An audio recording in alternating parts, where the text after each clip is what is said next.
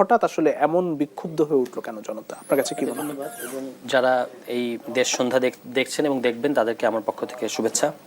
এই ঘটনাটা হচ্ছে একটা প্রতিক্রিয়া। কিসের প্রতিক্রিয়া? প্রতিক্রিয়াটা যৌক্তিক কি অযৌক্তিক, ভালো কি মন্দ সেটা নিয়ে আমরা পরে আলাপ করব, কিন্তু এটা কিসের প্রতিক্রিয়া? প্রতিক্রিয়াটা হচ্ছে যেটা অন্তর্বর্তীকালীন সরকারের পক্ষ থেকে বলা হয়েছে এবং আমরাও সবাই জানি যে শেখ হাসিনা ইন্ডিয়ায় বসে থেকে নিষিদ্ধ ঘোষিত ছাত্রলীগের পেজ থেকে ইন্ডিয়া এবং তাকে ইন্ডিয়া এই সুযোগ করে দিচ্ছে যে তিনি বক্তৃতা দিচ্ছেন, এসে ভাষণ দিচ্ছেন এবং সেই ভাষণে আমরা দেখতে পাচ্ছি যে তিনি তার কৃতকর্মের জন্য তার কোনো ধরনের অনুশোচনা নাই, ক্ষমা চাওয়ার তো প্রশ্নই আসে না, কিংবা তিনি এটাও বলছেন না যে আমার যদি কোনো ভুল থাকে তাহলে সেটা দেশবাসীর কাছে আমি বিচার চাই বা বিচার দেবো, কিছু একটা তিনি বলবেন। সেটা না বলে তিনি সেই পুরনো, তিনি প্রধানমন্ত্রী থাকতে যেভাবে কথা বলতেন, আমার কি দোষ, আমি কি করেছি, আমি জনগণের জন্য এই করেছি সেই করেছি, এরকম এই কথাগুলো বলাতে, এবং যেহেতু তিনি গণহত্যাকে অবজ্ঞা করেছেন, জুলাইয়ের অভ্যুত্থানকে অবজ্ঞা করেছেন, ফলে একটা সঙ্গত ক্ষোভ তৈরি হয়েছে। এখন সেই ক্ষোভের কারণে এই ধরনের ভ্যান্ডালিজম আমরা দেখতে পেয়েছি। আমি ব্যক্তিগতভাবে এই ধরনের ভ্যান্ডালিজমের পক্ষে না, কারণ এটার কারণে বৈশ্বিক পর্যায়ে আমাদের ইমেজ খুব একটা ভালো হচ্ছে না এবং আমরা বৈশ্বিক যত মিডিয়া আছে সেখানে এই ঘটনাটা একটা মানে নেতিবাচক ঘটনা হিসেবে হাজির করা হয়েছে। তো সেই ক্ষেত্রে যারা এই ধরনের কর্মসূচি করেছেন, আমি গতকালকে রাতেও বলেছি যে আওয়ামী লীগের ক্ষেত্রে আওয়ামী লীগ দলটাকে আমাদেরকে বুঝতে হবে, আওয়ামী লীগ একটা মানে আওয়ামী লীগের সাইকোলজিটা বুঝতে হবে যে এটা এই ধরনের দল একটা ঐতিহাসিক ক্ষতকে কেন্দ্র করে ঘুরপাক খায় এবং সবসময় নিজেকে ভিকটিম দেখাতে চায়, মানে তার সাথে ইতিহাসে খুব অন্যায় হয়েছে সবসময় এবং তার ওই ঐতিহাসিক ক্ষতটা চুলকে চুলকে সে ঘা তৈরি করতে চায়, ঘাটা তরতাজা রাখতে চায়।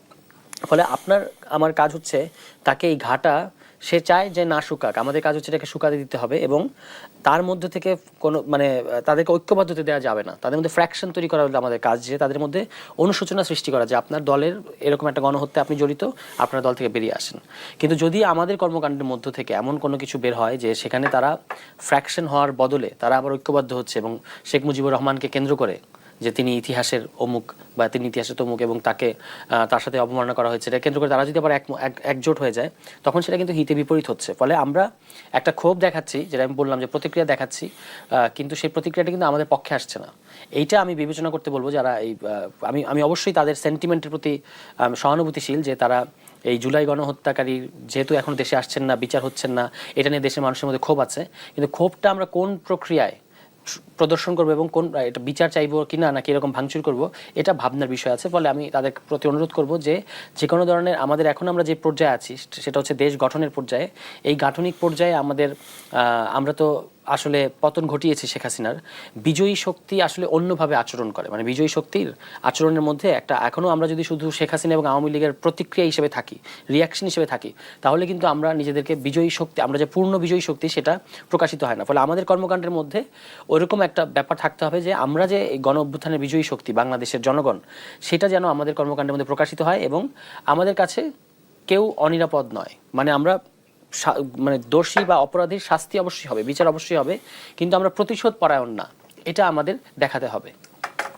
জি, মানে যেই ঘটনা, এই ঘটনা কি প্রতিশোধ পরায়ণ নাকি অন্য কিছু, আপনার কাছে কি মনে হয়? এটা যেটা আওয়ামী লীগের পক্ষ থেকে কিন্তু তাই বলা, প্রতিশোধ পরায়ণ না, আওয়ামী লীগ তো এটা বলবেই, আমি বললাম যে এটা প্রতিক্রিয়া, এটা একটা ক্ষোভের বহিঃপ্রকাশ। এখন ক্ষোভের বহিঃপ্রকাশটা সবসময় একই রকম হয় না, কারণ ইন দ্য মিন টাইম গত 6 মাসে অনেক নেতিবাচক ঘটনা দেশের মধ্যে ঘটেছে, মানুষের মধ্যে হতাশা আছে, কিংবা অন্তর্বর্তীকালীন সরকারেরও অনেক ক্ষেত্রে গাফিলতি আছে, নানা বিষয়ে আইন শৃঙ্খলা পরিস্থিতি ঠিক নাই, এগুলো নিয়ে মানুষের মধ্যে তো এক ধরনের ক্ষোভ আছে।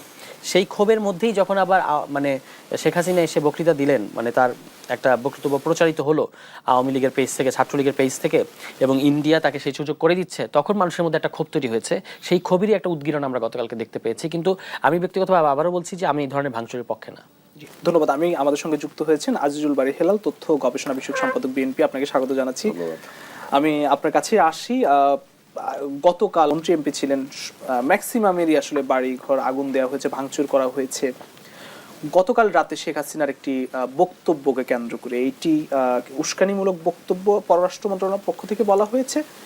আপনার মন্তব্য জানতে চাই, আসলে কেন এমনটা ঘটলো হঠাৎ করে? ধন্যবাদ।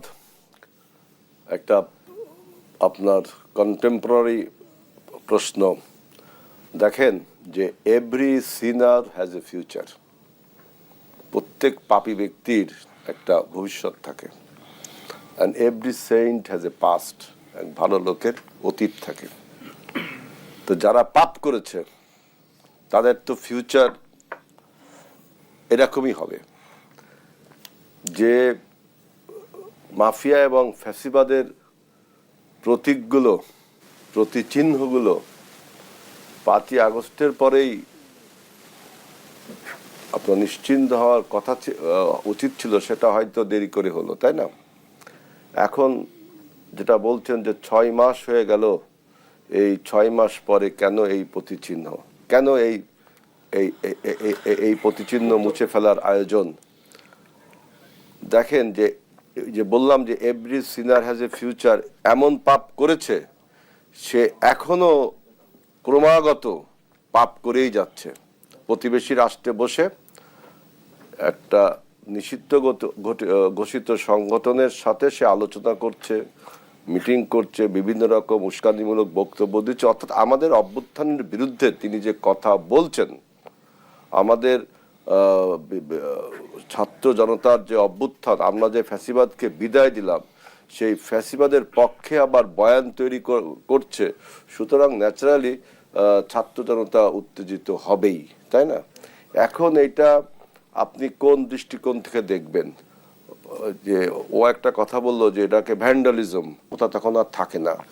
যে ফ্যাসিবাদের যে সমস্ত প্রতিচিহ্ন প্রতীক বিভিন্ন জায়গা ছড়িয়ে ছিটিয়ে রয়েছে এবং তার পিতাকে একটা আইকন হিসাবে বাংলাদেশে দেখাতে চায় যে সে একটা স্বাধীনতা, সার্বভৌমত্ব, উন্নয়ন, কত কিছু মানে মিথ্যা একটা বয়ান তৈরি করে, একটা আইকনিক ফিগার তৈরি করতে চায়। সেজন্য দেখেন 32 নম্বর ধানমন্ডি বলুন আর শেখ মুজিবের স্ট্যাচুগুলো বলুন, এগুলোকে তো সে আইকনিক ফিগার হিসেবে মনে করে দেশের উপরে মাফিয়াতন্ত্র চালু করেছিল। এবং এই মাফিয়াদের কিন্তু এই পরিণতি হয়। এটাকে আপনি ওই যুক্তি দিয়ে দেখেন, হিটলারের মূর্তি ভাঙা হয়েছে না, হিটলারের প্রতিচিহ্ন সব মুছে ফেলানো হয়েছে না। সাদ্দাম হোসেন যখন পতন ঘটে তখন সাদ্দামের সমস্ত মূর্তিগুলো ভাঙছে না। আপনার ইভেন কমিউনিস্ট আন্দোলনের নেতা স্ট্যালিন যখন পেরেস্ট্রোইকা এবং আপনার গ্লাসনস্ট আপনার গর্বাচেপ করলো, কর্মসূচি করলো, তখন কি লেনিনের মূর্তি ভাঙা হয়েছে না? এরকম আপনার আইকনিক ফিগাররা যখন দেশদ্রোহে পরিণত হয়, যখন দেশের আপনার মাফিয়াতে পরিণত হয়, তখন জনগণ এটাকে মুছে ফেলতে চায়। এটাকে আপনি কোনো রাজনৈতিক বয়ান দিয়ে বা কোনো যুক্তিসিদ্ধ বয়ান দিয়ে এটাকে সত্য বা মিথ্যা বলতে পারবেন না। এখন যেটা বলছে 6 মাস পরে কেন, এটার পিছনে কোনো পলিটিক্স আছে কিনা, এইটা হয়তো আরো সময় লাগবে এই সম্বন্ধে প্রকাশ করতে, যে 6 মাস পরে কেন।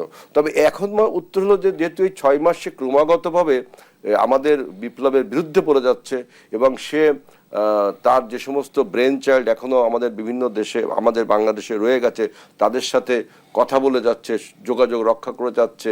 প্রতিবেশী রাষ্ট্র ভারত তাকে আশ্রয় প্রশ্রয় দিয়েছে। এইসব বিষয়ে আমার একটা জিনিস মনে হয় যে এটার পিছনে কি ঘটনা আছে, যে তার বিরুদ্ধে তার এই সমস্ত প্রতিচিহ্নগুলো যখন মানুষ মুছে ফেলতে চায়, তখন কি তাকে ভ্যান্ডালিজম আখ্যায়িত করে বাংলাদেশের সুনামকে, যে বাংলাদেশে এখনো তাণ্ডব চলছে, এরকম কোনো কিছু বয়ান পৃথিবীর বুকে দাঁড় করাতে চায় ভারত? এটা একটা প্রশ্ন। অথবা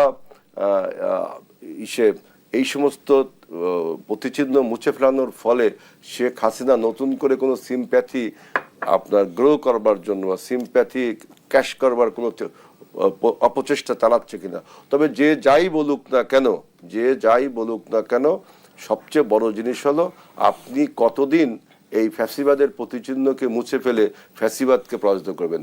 ফ্যাসিবাদের সাথে যারা জড়িত ছিল তাদেরকে অবিলম্বে যদি গ্রেফতার করে বিচারের আওতায় না আনা হয় এবং যত শীঘ্রই সম্ভব তাদেরকে সবাইকে যদি বিচারের আওতায় আনা যায়, তাহলে কিন্তু দেখবেন যে আপনি এই ফ্যাসিবাদের এই ক্রমশ বকবকানি বন্ধ হবে।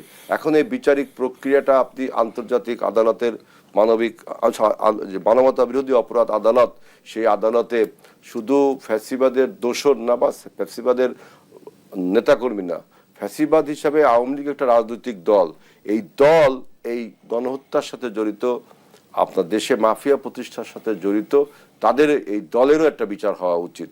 অর্থাৎ আমি বলতে চাচ্ছি যে আওয়ামী লীগ নামে যে দলটি রয়েছে, এই দলের অন্য কোনো নামে এই দল অস্তিত্ব প্রকাশ করতে পারে। আওয়ামী লীগ নামে একটা ফ্যাসিবাদ এবং একটি মাফিয়ার আপনার কালিমা তাদের লেগে গেছে এবং সেটা তারা অর্জন করছে। সুতরাং আমরা যেহেতু মাল্টিপার্টি ডেমোক্রেসিতে বিশ্বাস, এই জন্য বলছি আওয়ামী লীগ দল হিসাবে বিচার হবে, আওয়ামী লীগের নেতাকর্মীদের বিচার হবে, এবং যদি এই আওয়ামী লীগ